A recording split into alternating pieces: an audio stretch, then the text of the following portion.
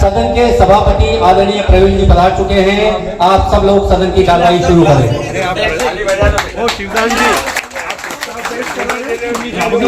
जो एजेंडा दिया गया है उसमें पहला विषय वन नेशन वन इलेक्शन का दिया गया है।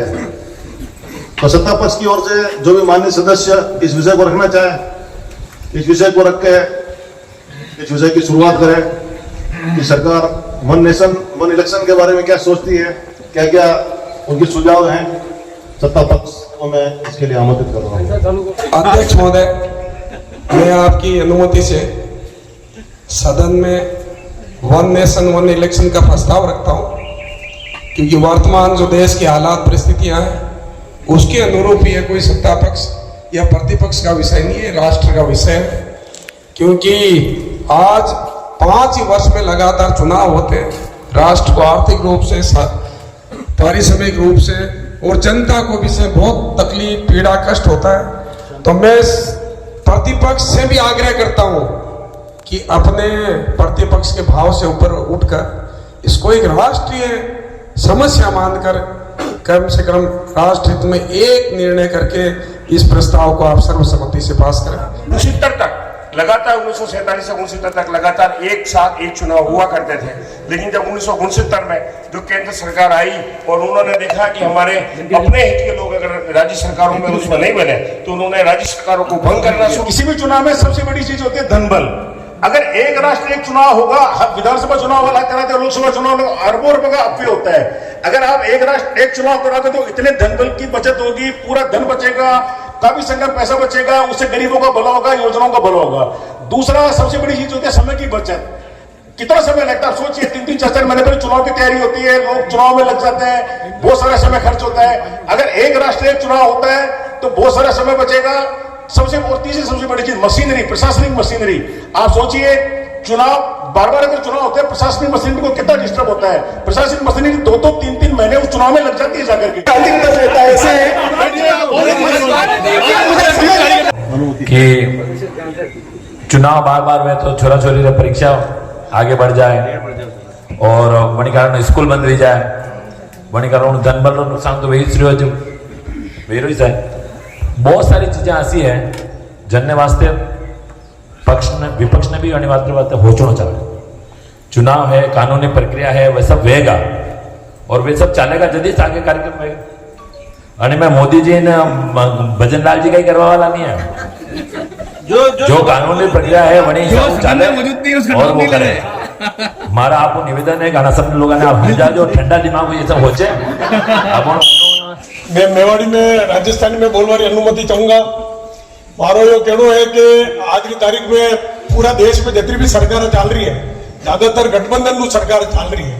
कोई भी कड़ी भी समर्थन पाचो ले ले तो वटे वापी चुनाव कराना ही पड़ेगा। तो ये तो अनिवार्य, ये तो संभव ही नहीं कि वन नेशन वन इलेक्शन। क्यों कोई भी पार्टी अगर समर्थन ले ले, आज अब केंद्रीय सरकार भी चल रही है तो मान लो नायडू साहब समर्थन ले ले या नीतीश बाबू समर्थन ले ले, अब तो एकदम सरकार भरी जावे પછી मोदी जी कहीं करेगा। अड़ी बात है, अड़ी में विचार करना चाहे, पहला अड़ी में मंथन करना चाहे कि अगर मान लो गठबंधन नु सरकार भरी जाएगा तो 5 साल सरकार किस तरह चलेगा।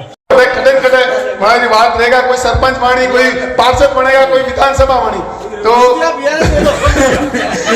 आप लोगों ने बहुत अच्छी भागीदारी दी, बहुत अच्छा प्रयास किया। अगले विषय में अगला सत्र जो चलेगा वो है राजस्थानी वने प्रदेशी राजभाषा। आणि विषय पे पक्ष और विपक्ष ने अपने बात रखनी कोशिश कर जो कि राजस्थानी में रखा। आना विपक्ष में बहुत सारे नेता है, दिलू मनु चावे, लेकिन मुझे होगी सदन री गरिमा ने निभाता लगा। आप सब एक सुर राजस्थान भाषा ने पारित करने प्रस्ताव ने सभापति जी माना जतरे भी हंगले जो माना बैठा तका है ये गांव ढाड़ियों आया तका है बट ये भाषा बोली जावे और आज अटे में अंग्रेजी बोल रहा लेकिन राजस्थान भाषी रो मां चेहरा सब मिलिन एक सूरो मिलिन आप पारित कराओ। भाषा कोई भाषा ही नहीं है। राजस्थानी सत्ता पक्ष में कई भागों में राजस्थान जो क्षेत्र है, राजस्थान हर 8 किलोमीटर पे अपनी भाषा बदल जाती है।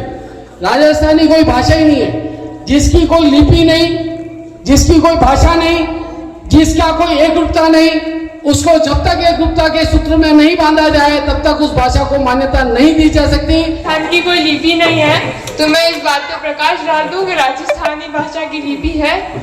और जो जैसा कि आपने बोला कि बागड़ी है और ऐसी दूसरी भाषाएं भी हैं, तो ऐसा गुजराती और तेलुगु और इन सब भाषाओं के साथ भी है, तो ये कोई एक आर्ग्यूमेंट नहीं।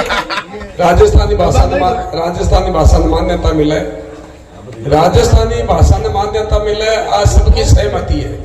लेकिन सत्ता पक्ष की तरफ जो प्रस्ताव रखे गयो है वे स्पष्ट आ कौन नहीं बता पाया कि भाई इनमें कत्ता तो बागड़ी है, कत्ता मेवाड़ी है, कत्ता ढूंढाड़ी है, कत्ता हड़ौतियों है, कत्ता थड़ी में है, कत्ता शेखावाटी है, कत्ता ब्रज है। आज की तारीख में आपने ये जगह भाषा बताओ चाहे भाषा को नहीं बोली है और जो लिपि है जगह ने राजस्थानी लिपि बताना चाह रहा है भी राजस्थानी लिपि पर आप पूरा राजस्थान सहमत को नहीं बिल्कुल खोटी है। और हमारी भाई स्कैर की बात सदन में है कि 12 कोसा बोली पलटे, वंथल पलटे पाका और बरसपति सा जोबन पलटे, लखनी पलटे लाखा। लाखों बरस बाद भी प्राकृत जूनी जगह है। जैन साहित्य में आगम साहित्य जो मंडियोड़ो है वो पूरा राजस्थानी में एक एरिया लिपि कोनी पर पद्मश्री जो अर्जुन सिंह शेखावत ने पद्मश्री मिले, पद्मश्री कई लोग लक्ष्मी कुमारी चुंडावत ने मिले, कन्हैयालाल सेठिया ने मिले, जकी ने पद्मश्री मिले। साहित्य अकेडमी 74 जकी भाषा चल रही है बात राजस्थानी है जी भाषा में। वो सदन एक वक्त तक पीएचडी करा तो आज भी पीएचडी हो रही है, गोल्ड मेडल दे दो बा किसी लिपि और बा किसी भाषा। आप सवाल करना चाहो, लोगों ने बेरोजगार करना चाहो, आप लोग जब पैरवी करो। मैं के माध्यम से हमारे सत्ता पक्ष को ये बताना चाहता हूँ कि वो इस प्रस्ताव को किस माध्यम से रख रहे हैं। संविधान की 8वीं अनुसूची में इसका उल्लेख होता है। आप कैसे इसको भाषा बनाओगे? आपके पास खाली सत्ता पक्ष के पास सत्ता के आधार पर खाली भाषा को आप ऐसा नहीं कर सकते। आपको संसद के अंदर इसका पारित करवाना पड़ेगा। दिनेश जी गुप्ता, अरे भुलाई नहीं बोल देता रहो, नहीं आपका आगे आगे देता रहो।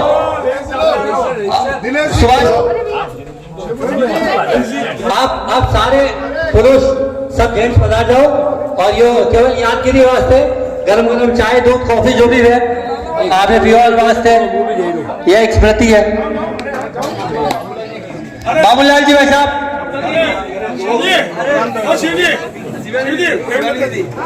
शिवानी प्रेमलता जी, हाँ